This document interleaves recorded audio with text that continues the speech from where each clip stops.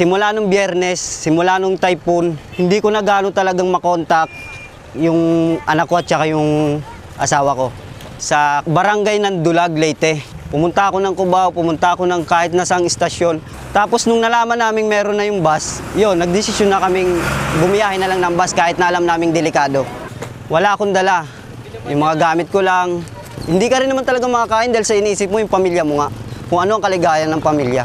Natutulog kami, humihinto kami sa isang lugar kapag merong pulis, may PNP, may mga military. Doon lang kami humihinto at nagpapahinga. 3 araw na akong bumibiyahe simula Manila hanggang Tacloban. Naghahantay po kami ng sasakyan papuntang Dulag. Walang gusto magpasakay sa amin. Pakiramdam ko ngayon, naghahalong kaba na pagod. Feeling mo talaga na parang hindi ka handa sa mangyayari. Pagdating mo ron sa lugar mo, hahanapin mo pamilya mo, hindi ka handa kung ano sila. Buhay ba? Sana naman nga buhay. Yun ang hinahangad namin lahat, kaya umuwi kami rito para lang sa pamilya namin.